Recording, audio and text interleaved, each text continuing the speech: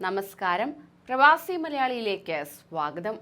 India അന്താരാഷ്ട്ര യാത്രകൾക്ക് ഏർപ്പെടുത്തിയിരുന്ന വിലക്ക് നീക്കിയതോടെ ഗൾഫിലേക്കുള്ള യാത്രകൾ കുതിച്ചിരിക്കുന്നു.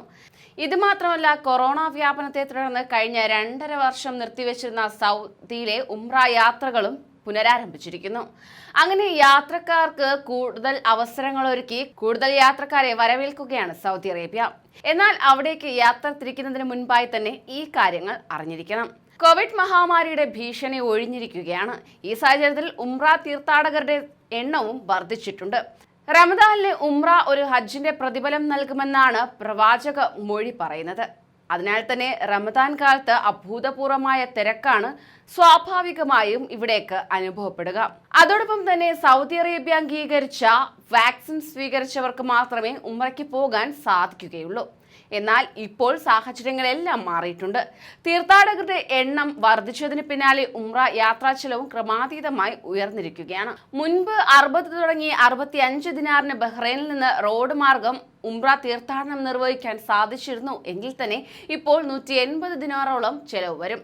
വിസ, ബസ് യാത്ര, ഹോട്ടൽ താമസം എന്നിവ ഉൾപ്പെടെയാണ് ഇത് ഉൾപ്പെട്ടിട്ടുള്ളത്. ഭക്ഷണത്തിനുള്ള ചെലവും സ്വന്തമായി തന്നെ വഹിക്കേണ്ടി വരും. എന്നാൽ റോഡ് മാർഗമാണെങ്കിലോ ഏതെങ്കിലും ഉംറ ഗ്രൂപ്പ് മുഖേനയാണ് തീർത്ഥാടകർ പോകുന്നത്. ഈ സംഘത്തിനൊപ്പമുള്ള ഗൈഡ് എല്ലാ കാര്യങ്ങളും വിശദീകരിക്കുന്നതായിരിക്കും.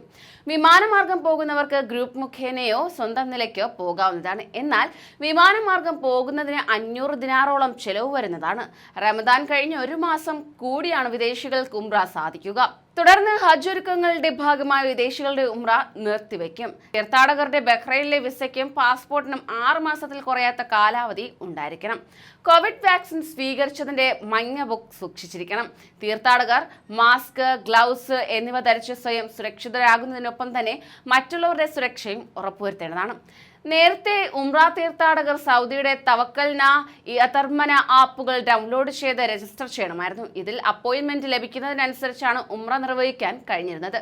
ഇപ്പോൾ ഇതിന്റെ ആവശ്യമില്ലെന്നാണ് അധികൃതർ വ്യക്തമാക്കുന്നത്. 1 വർഷത്തെ മൾട്ടിപ്പിൾ എൻട്രി വിസിറ്റ് വിസയിൽ ബഹ്റൈനിൽ വന്നവർക്കും വിമാനമാർഗം ഉംറ നിർവഹിക്കാൻ ഇപ്പോൾ വിസ ലഭ്യമാക്കിയിട്ടുണ്ട്. ബഹ്റൈനിലെ എല്ലാ ഗ്രൂപ്പുകളും ആഴ്ചയിൽ 1-2 ഉംറ സർവീസ് നടത്തുകയും ചെയ്യുന്നുണ്ട്. 10 ദിവസത്തെയും 5 ദിവസത്തെയും പാക്കേജുകൾ ഓപ്പറേറ്റർമാർ നൽകുകയും ചെയ്യുകയാണ്.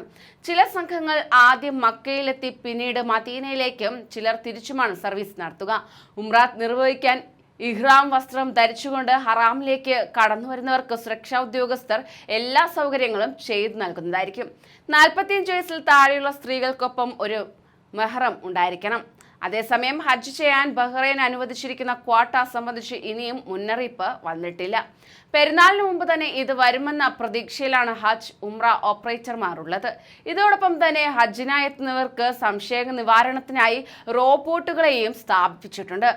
ഉംറ നിർവഹിക്കാൻ എത്തുന്നവർക്ക് പലയിടങ്ങളിലായി ഇത്തരത്തിൽ സംശയ നിവാരണത്തിനായി റോബോട്ടുകൾ എത്തിച്ചേരുന്നതായിരിക്കും. ഉടനടി തന്നെ നിങ്ങൾക്ക് സംശയ നിവാരണവും ലഭിക്കും. കൂടുതൽ പ്രവാസി വാർത്തകൾക്കായി ഈ ചാനൽ സബ്സ്ക്രൈബ് ചെയ്യൂ.